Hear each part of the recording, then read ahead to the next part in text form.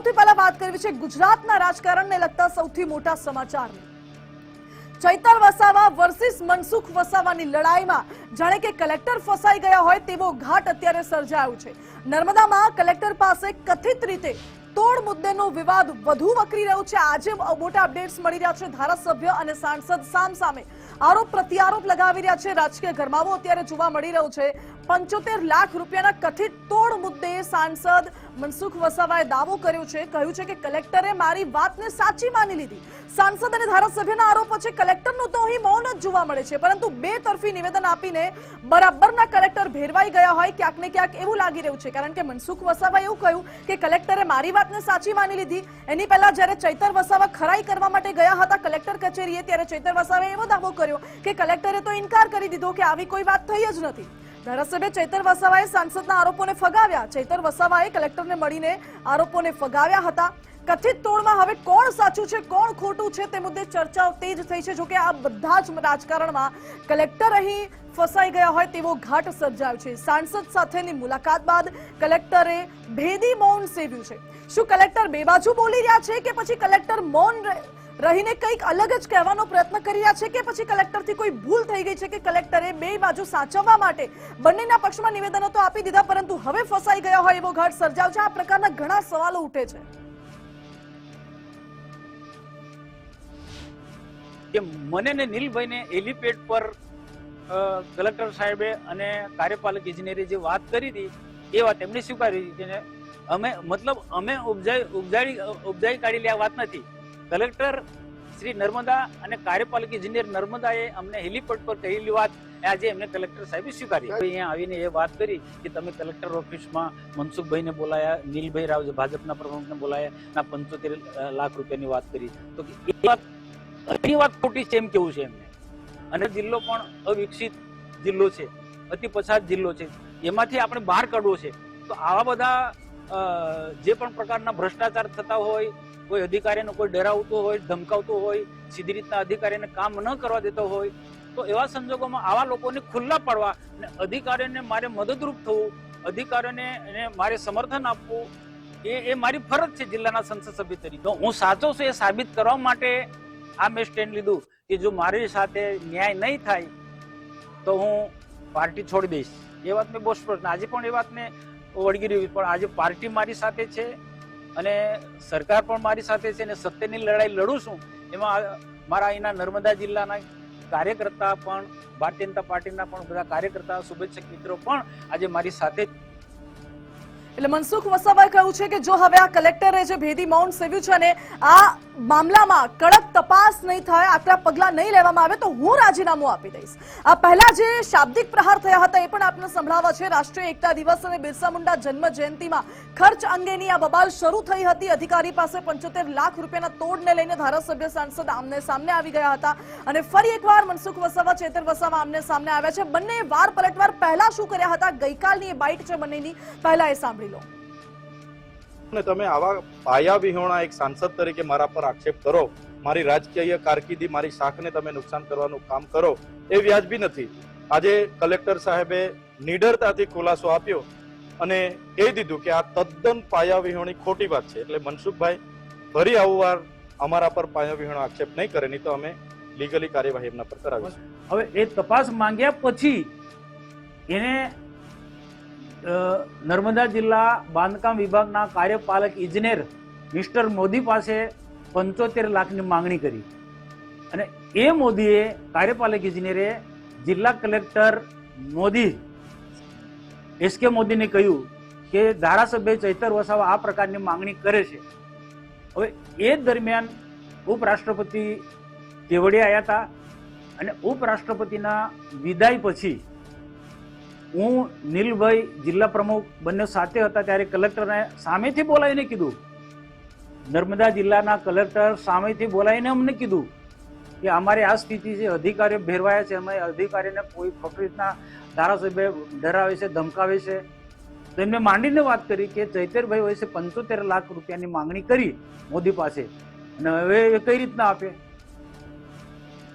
તો વસાવા વર્સિસ વસાવાની લડાઈમાં અત્યારે રાજકારણમાં ગરમાવો આવ્યો છે અને શું હવે ઉપલા લેવલથી પગલાં ભરવામાં આવશે કે કેમ એ સવાલ છે. જો કે આ વચ્ચે આમ આદમી પાર્ટીના નેતા ઈસુદાન ગઢવીએ મહત્વપૂર્ણ નિવેદન આપ્યું છે. ઈસુદાન ગઢવીએ કહ્યું છે કે 75 લાખ રૂપિયાના તોડ મામલે ચૈતર વસાવા પર થયેલા જે આરોપો છે એ ખોટા છે. જનતા જાણે છે કે ભાજપના નેતાઓ આમ આદમી પાર્ટીને બદનામ કરે છે. આક્ષેપો ઈસુદાન ગઢવીએ કર્યા છે. આ શબ્દો ઈસુદાન ગઢવીના છે. ઈસુદાન ગઢવીએ કહ્યું છે કે અમને બદનામ કરવાના પ્રયાસ પણ અમે જનતાના દિલમાં છીએ. અમને બદનામ કરવાના પ્રયાસો થાય છે પરંતુ અમે તો જનતાના દિલમાં છીએ અને ભાજપના ઈશારે મનસુખ વસાવા રાજીનામાની ચીમકી આપે છે એવો પણ દાવો ઈસુદાન ગઢવીએ કર્યો છે. ખેડૂતોનો અવાજ બન્યા એટલા માટે આમ આદમી પાર્ટીના નેતાઓને જેલમાં ધકેલ્યા. અમને બદનામ કરવાના પ્રયાસ થાય છે અને ગુજરાતની જનતા સોશિયલ મીડિયા થકી ભાજપને જવાબ આપે. આ તમામ વાતો ઈસુદાન ગઢવીએ કહી. ભાજપ નિમ્ન કક્ષાની રાજનીતિ ઉપર ઉતરી આવ્યું છે. તમે જુઓ, ચેતરભાઈ વસાવા ઉપર 75 લાખનો તોડ કરવાનો માંગી રહ્યા છે એવો આક્ષેપ મૂક્યો. જ્યારે ચેતરભાઈ વસાવા કલેક્ટર પાસે જાય છે ત્યારે કલેક્ટરશ્રીએ કહ્યું કે આ આક્ષેપો ખોટા છે સાંસદશ્રીના. આ ભાજપ સાંસદ થ્રુ કરવા શું માંગી રહી છે? ભાજપ આ પહેલા પણ આવું કરી ચૂકી છે મિત્રો. જ્યારે નેતાઓની, આમ આદમી પાર્ટીની વધતી લોકપ્રિયતા અને એના નેતાઓની લોકપ્રિયતાને કોઈ ના કોઈ રીતે લોકોમાં બદનામ કરવાની કોશિશ કરે છે. એટલે ઈસુદાન ગઢવીએ પોતાની રીતે ભાજપ પર આક્ષેપો ટાંક્યા છે. જો કે આજ મુદ્દે વાત કરીશું. અમારા એસોસિએટ એડિટર ધર્મેશ વૈદ્ય જોડાઈ ગયા છે. ધર્મેશ, નર્મદામાં ખૂબ મોટું નામ ધરાવે છે મનસુખ વસાવા. આદિવાસીઓમાં સારું એવું પ્રભુત્વ છે અને વસાવા વર્સિસ વસાવાની લડાઈમાં મનસુખભાઈ એવું કહી દીધું કે હવે ભાજપ પગલાં નહીં લે તો હું રાજીનામું આપી દઈશ. માનસી, સૌથી મહત્વની વાત તો અત્યાર સુધી આપણે પોલીસ તંત્રમાં તોડકાંડ શબ્દ વાપરતા હતા અને એવું બનતું પણ એના આક્ષેપો પણ થતા હતા. આ પહેલી વાર વહીવટી તંત્ર એટલે સરકારના કોઈ કાર્યક્રમમાં તોડ થયો હોય ને એ પણ પદાધિકારીઓ એકબીજાની સામે જ્યારે આક્ષેપો કરીને વચ્ચે કલેક્ટર જેને કહેવાય કે મૌન ધારણ કરીને બેઠા હોય અથવા કલેક્ટર કે આ તોડ થયો નથી, આણે નથી લીધા. આ વખતે જેને કહેવાય કે ગુજરાતના રાજકારણમાં આમ તો ચૈતર વસાવા વિરુદ્ધ મનસુખ વસાવા બંને પ્રતિસ્પર્ધી છે અને એક ભાજપના જેને કહેવાય કે અડીખમ સાંસદ તરીકે એમની ત્યાં વર્ષોથી એક જૂથ કાર્યવાત છે, પોતે કાર્યશીલ છે. પરંતુ મનસુખ વસાવા અને ચૈતર વસાવા છે દર 10માં 5મા દિવસે જે વિવાદ થાય એમાં આ વિવાદ એક મહત્વનો આવી શક્યો છે કે જે આખો કાર્યક્રમ થયો સરકારી તંત્રનો, એનો જે કાર્યક્રમ માટે ચૈતર વસાવાએ 75 લાખનો તોડ કર્યાનો મનસુખ વસાવાનો આક્ષેપ હતો. હવે મનસુખ વસાવાએ કીધું કે અમને કલેક્ટરે કીધું. ચૈતર વસાવા પાછા કલેક્ટર પાસે જાય તો કે અમે આવું કીધું નથી. આ સંજોગોમાં હવે આ બંનેમાંથી સાચું કોણ એ તો ઠીક છે. કલેક્ટરનું ભેદી મૌન કઈ રીતે, કારણ કે આજે મીડિયા સમક્ષ કલેક્ટર કઈ બોલ્યા વગર ચાલ્યા ગયા, પણ બે વસાવાની લડાઈમાં વહીવટી તંત્રનો ખો એવો છે કે આ 75 લાખ રૂપિયા છે શું, ખરેખર તોડ છે તો કોણે કર્યો, આ એક સ્પષ્ટતા બહુ જરૂરી છે. પરંતુ આ સમગ્ર જે સમસ્યાઓ હોય કે અન્ય કોઈ પ્રશ્નો હોય એને બદલે બંને જ પદાધિકારીઓ, પછી ચૈતર વસાવા હોય કે મનસુખ વસાવા હોય, એક સાંસદ છે, એક ડેડિયાપાડાના ધારાસભ્ય છે આમ આદમી પાર્ટીના, આ બંને મૂળ સમસ્યા ભૂલાણી ને હવે તોડકાંડનું રાજનીતિ અને તોડકાંડના આક્ષેપો છેલ્લા 3 દિવસથી અવિરત થાય છે અને જે તમામ આક્ષેપ પ્રતિ આક્ષેપ કલેક્ટર કચેરીના સંકુલમાં જ જોવા મળી રહ્યા છે. મહત્વની વાત, જે સરકારી તંત્રમાં કલેક્ટર કચેરીમાં વહીવટી કામ હોય, અન્ય સમસ્યાઓ અરજદારોના પ્રશ્નો સાંભળવા હોય, ત્યાં બંને પદાધિકારીઓના આક્ષેપ પ્રતિ આક્ષેપ ચાલુ રહે છે. અને માનસી, આ એક ચર્ચાનો વિષય ગુજરાતના રાજકારણ માટે પણ બન્યો છે અને નર્મદા અને ભરૂચ વિસ્તારમાં પણ બન્યો છે. જી ધર્મેશ, આભાર આપનો. એટલે ખૂબ ચર્ચાનો વિષય અત્યારે ગુજરાતના રાજકારણમાં બની રહ્યો છે. જો કે આજ મુદ્દે અમારી સાથે વરિષ્ઠ પત્રકાર ભરૂચથી નરેશભાઈ ઠક્કર જોડાઈ ગયા છે. નરેશભાઈ, સ્વાગત છે આપનું ગુજરાત ફર્સ્ટમાં. નરેશભાઈ, 75 લાખનો તોડનો આરોપ લાગી રહ્યો છે. વસાવા વર્સિસ વસાવાની લડાઈ છે, કલેક્ટરનું મૌન છે. હવે સૌથી પહેલા મનસુખભાઈ વસાવા એવું કહ્યું કે મને આ વાત કલેક્ટર પાસેથી ખબર પડી. ચૈતરભાઈ ખરાઈ કરવા ગયા તો કલેક્ટર એવું કહે છે કે આવું કંઈ થયું નથી અને પછી કલેક્ટરનું જે ભેદી મૌન આવે છે. આ આખા ઘટનાક્રમને આપ કેવી રીતે જુઓ છો? બેન, આ વસાવા વર્સિસ વસાવામાં ધારાસભ્ય વર્સિસ સાંસદ મનસુખભાઈ અને ચૈતર વસાવા, આ બેનું તો ઘણા બધા યુદ્ધ આપણે જોયા, પણ આ કરપ્શનના મુદ્દા ઉપર યુદ્ધ ચાલ્યું છે. એમાં કંઈક અંશે એવું લાગે છે કે મનસુખભાઈ વસાવા વધુ મજબૂત છે, કારણ કે નહીતર એ પક્ષનામાંથી રાજીનામું આપી દેવા સુધીની વાત ન કરે. મનસુખભાઈ વસાવા પહેલેથી જ ભારતીય જનતા પાર્ટીમાં રહ્યા હોવા છતાં અને ઉચ્ચ પદ ભોગવ્યું હોવા છતાં પણ એમણે ભ્રષ્ટાચારના મુદ્દે બહુ જ સ્પષ્ટ એમનું પોતાનું એ આપ્યું છે કે ભાઈ ભ્રષ્ટાચાર બધે જ ચાલે છે. ઘણી વાર એક્સેપ્ટ કરી ચુક્યા છે. હવે આ વખત તો આ જે ચૈતર વસાવા અને 75 લાખનો ઇસ્યુ છે એમાં કંઈક તથ્ય દેખાઈ રહ્યું છે.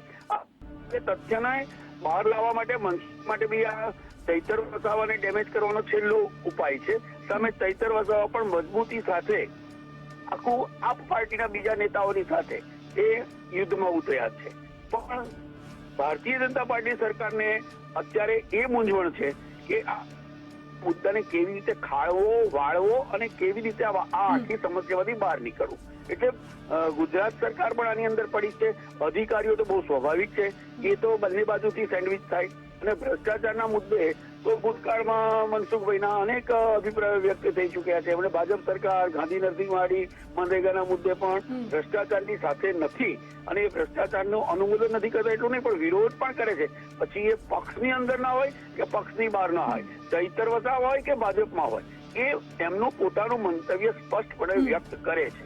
એટલે આ મુદ્દા પર હવે મને એવું લાગે છે જયારે રાજીનામું આપવાની વાત કરનારા મનસુખભાઈ વસાવા આખરી યુદ્ધ લડી લેશે. પાર્ટીએ નરેશભાઈ, બિલકુલ આમાં મનસુખ વસાવાનું સ્ટેન્ડ જે રીતે આપ કહો છો મજબૂત પણ અને ખૂબ ક્લિયર જોવા મળે છે. પહેલાથી ભ્રષ્ટાચાર વિરોધી તેઓ સતત રહ્યા પણ છે, પરંતુ આ વખતે જ્યાં વસાવા વર્સિસ વસાવા છે એમાં ચૈતર વસાવા ખરાઈ કરવા જાય છે.